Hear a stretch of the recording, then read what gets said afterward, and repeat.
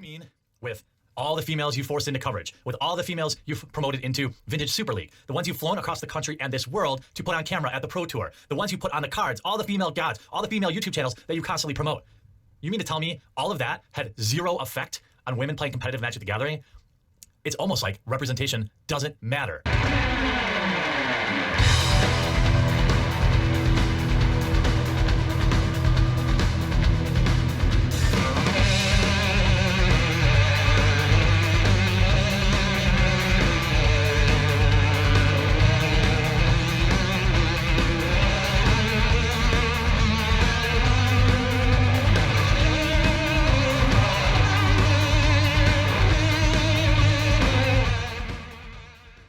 Guess who's back again. Karina's back.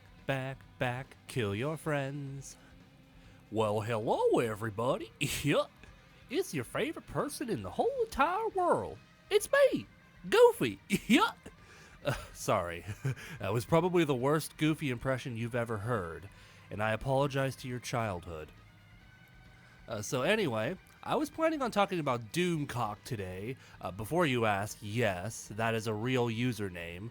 Somebody decided it was a good idea to name themselves Doomcock and expected people to take him seriously. That was the plan until guess who showed up in my recommendation feed yesterday? Oh yes, it's the man, technically speaking, the myth, the legend, yes, the quarter pounder himself.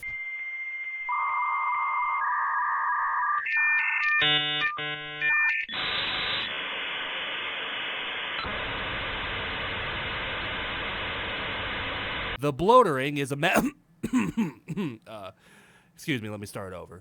The Boatering is a person who needs no introduction. You know who he is if you've spent any time following the #skeptic community. The quarter asser is someone who I consider patient zero, the Omega, the one whom many skeptics seek to emulate.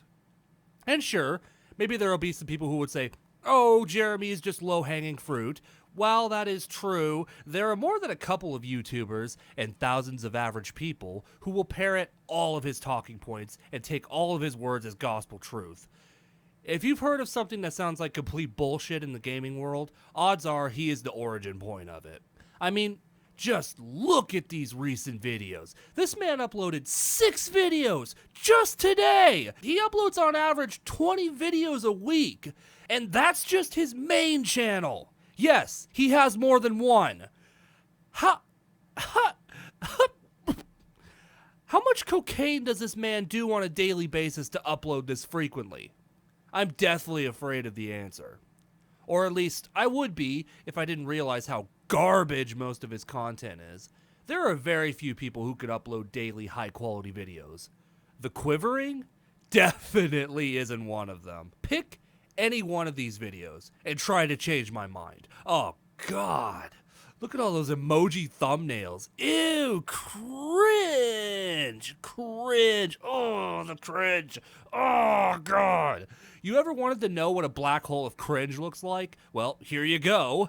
Seriously, this is the most hardcore cringe I've ever witnessed. You have no business calling anyone else cringe when you make thumbnails like this. Okay, alright. Well, that's just all surface level stuff. I'd love to get into some bone marrow, but there's only one problem. If you don't think it's a big deal, that's okay. But you know what? I've been playing this game since 1994. This is my most important hobby, my most important pastime, and so I'm passionate about it. Nobody who plays Magic looks anything like this. Okay, maybe one, you know? Certainly not a spike tournament grinder. Now, I have said, and I stand by that, representation is irrelevant. But this is different because it's literally saying, like, this is a tournament grinder. And this is not anything like what tournament grinders look like. The Snortering tends to be extremely fucking boring. He talks so ungodly slow. I just want to carve my face off and eat it. And this is true of his thousands of rip-offs as well. I don't know what it is. He's just not entertaining. Who is a genuine fan of someone like this? There's just nothing here. This man is just a complete void of charisma. It's unbelievable. The main problems with the motoring stem from him not only pushing bullshit vapid drama, which he does on a daily basis, but mostly him pushing an obviously anti-diversity agenda, which is hilariously ironic when you think about it. Yeah, I don't think you get to complain about the LGBTQ, feminism, alphabet people agenda when all you're doing is pushing the opposite agenda. In this video you're about to watch, you'll see Jeremy is another one of these "get your politics out of my video, James" types. Keep in mind, this is the same man who made multiple videos ranting about political stuff in video games. Most notably, MK11, having an ending where Jax goes back in time and stops the slave trade. This was the ending to a story. In story mode, that's one part of a video game. And he made an entire video bitching about it. I'm sorry, but don't people like this argue that politics has no place in entertainment? Well, then why do you keep acknowledging it then? And why do you keep calling every vaguely left-wing idea or gay person in a movie propaganda? I mean, I know why, because it expresses politics you don't like. It's not his politics that I have a problem with. It's just the transparent dishonesty that really irks me. Alright, so to be fair to the Snortering, this is an old video. It was posted in November of 2017 when he uploaded Magic the Gathering content. He was a lot smaller of a channel back then. But I picked this video for a reason. Because it is still very accurate to his current content. Yes, he actually evolved very little over 3 years. Who's surprised? Nobody. Oh, Jesus Christ, that fucking title. Yep, that's seriously the title of this video. This is the Floatering's most popular tactic. The inflammatory and often completely inaccurate title. Classic. That right there is a classic. I'm sure this video has no blatant bias, and I'm sure he won't completely strawman anyone. I'm sick and tired of you representation losers who can only see race and sex. Get out of my hobby. I saw a Tumblr post today. I never browsed Tumblr, but it's one of the only ways I can get news about my all-time favorite game, Magic the Gathering. And before I get into specifics, I want to point out one thing here. When I react to things that make me angry, or better put, upset me, I'm not freaking out about it. I'm responding passionately, okay?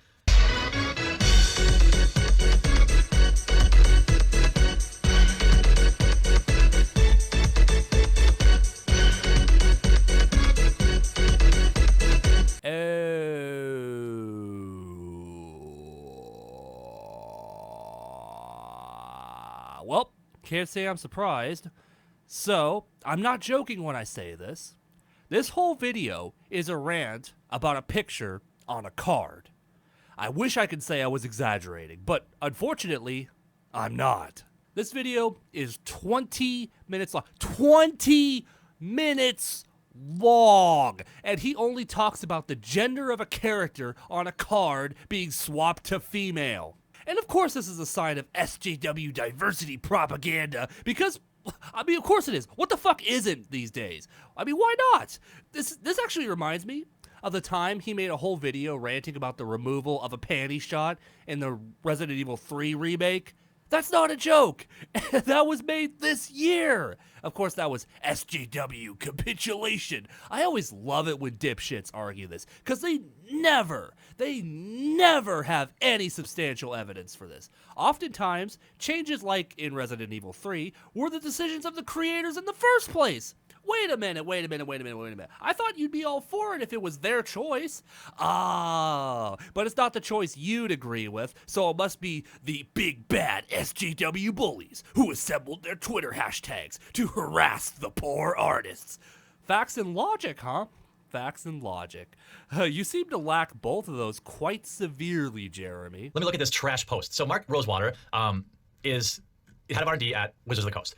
He has a blog where he answers questions from readers, and it's actually a pretty cool interaction. It's literally the only reason I have ever gone on Tumblr. I don't even know how this site works, so to speak. So somebody asked what I'm guessing was kind of a trolly question, but it's hard to say. I'm looking for it right now. Here we go. Greetings, Mr. Rosewater. May I ask why Spike is portrayed as female when only about 1% of professional Magic players are girls? Now, let me be honest. It's way less than 1%. 1% is overstating it. Okay, do you have any sources for that claim, Jeremy? Care to at least attempt to prove that? No? Okay, then. It's not honest to make people feel included in in representation of a player base they don't belong. I think that's very fair.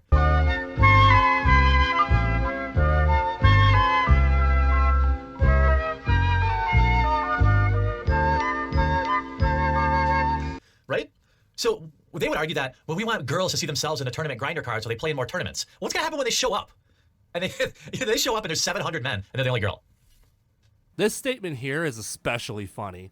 The complete lack of self-awareness is hilarious to me. The fact that Jeremy just complained about him saying that the environment is often not welcoming and proceeds to name a big reason why women would feel uncomfortable in these spaces. The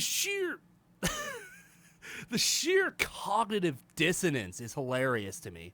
Hey, Jeremy, maybe this was just a small step to make women feel a little more welcome in the community, Jeremy. Especially considering it's just one fucking card! Are you seriously gonna make this big of a stink over a fucking card? I mean, really? Is this really a good use of your time? Are these really the hard-hitting issues that people really care about? I'm gonna press X to doubt on that one. Now, I imagine some nose-picking fanboy is already crying in the comment section saying that I'm being unfair. He did have real complaints. His central point was that they care more about diversity than they do real issues with the game. Oh, all right. Well, stand back while I knock this one out of the park. But it's not about the card. It's never been about the card. It's about everything else. Everyone replies literally everyone who has a problem with me voicing my opinion on this, their number one complaint is like, dude, you mad? You mad that there's a girl on a card? No. How much more simple could you be? I'm mad because a maker of a game played by 12 million people, is more concerned with identity politics than making the game good. And to those of you that are always telling me, it's really not that big of a deal, it's just one card, it's just one this, it's just one change to that, it's just one gender switch to this or that. With all due respect, fuck you, you're part of the problem. If you don't think the community is losing players en masse, you need only look at the product shelves. Go to a local game store, talk to a local game store article, read the articles, one of which just came out this week about lower Grand Prix attendance. Look at how we allow Wizards of the Coast to worry about the gender of mythical creatures over us, the players of the game, forking over $4 a pack for cards that are coming out of the pack already bent. So Jeremy's central point is that the big reason Magic is losing money is because of its obsession with diversity and SJW pandering. Only, I find this point to be incredibly hard to believe. I managed to dig up a Reddit thread about this specific topic that I will link in the description. It's about all the reasons fans believe that Magic has fallen off in both sales and popularity. I also found a forum website called mtgsalvation.com talking about this topic. I'll show it on screen here. The points essentially boil down to how Magic has screwed over collectors and overall balance of the game for normal players. Also about how astronomically expensive the game has become. Funny enough, I had a friend in high school who played Magic, and he told me he spent about $1,200, and I'm like, how do you spend $1,200 on cards? But, you know, actually now that I've looked at it all these years later, I can see it. So, the fact that the cards are super expensive makes it impossible to attract new players. Not helping is the fact that Magic has heavy competition in the card and board game demographics like D&D, Yu-Gi-Oh, and so on. This is weird. These people are, presumably, very big fans of the game, and they're all giving very credible reasons as to why the game has fallen off.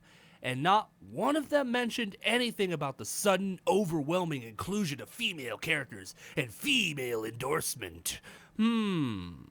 So, knowing all of that, Jeremy, I call bullshit on the narrative you're desperately trying and failing to push. Sounds to me like you are the only person who thinks this. You and literally nobody else. Every person that would support this type of propaganda is far more apt to publicly blow smoke up your ass. I've been excommunicated from the community for having my own opinions, and I'm not always going to be right.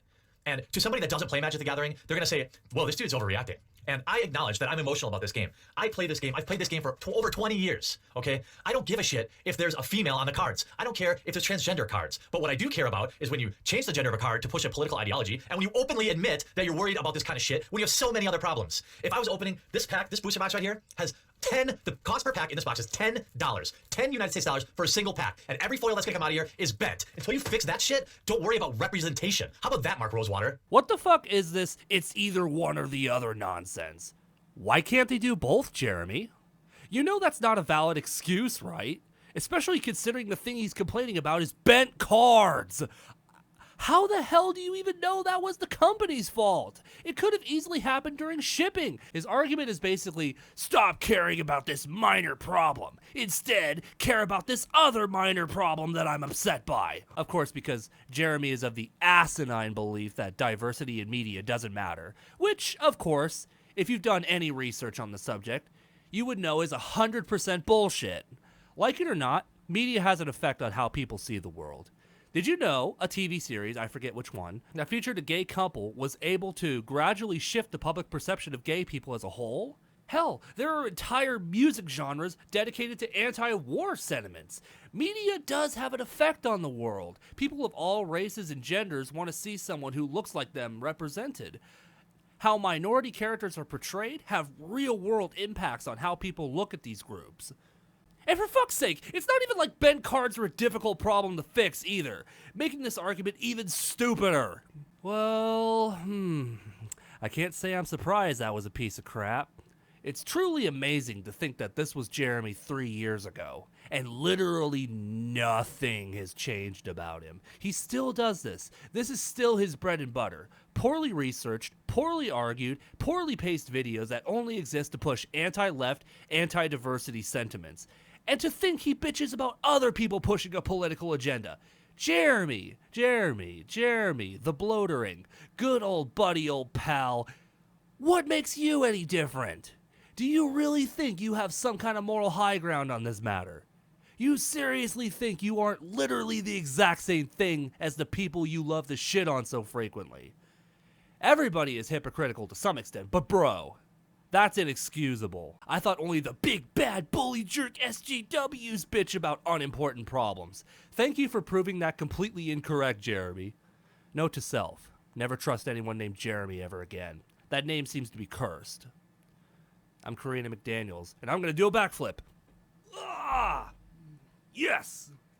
I didn't actually do it, I just sat here, but... goodbye. I'll see you later.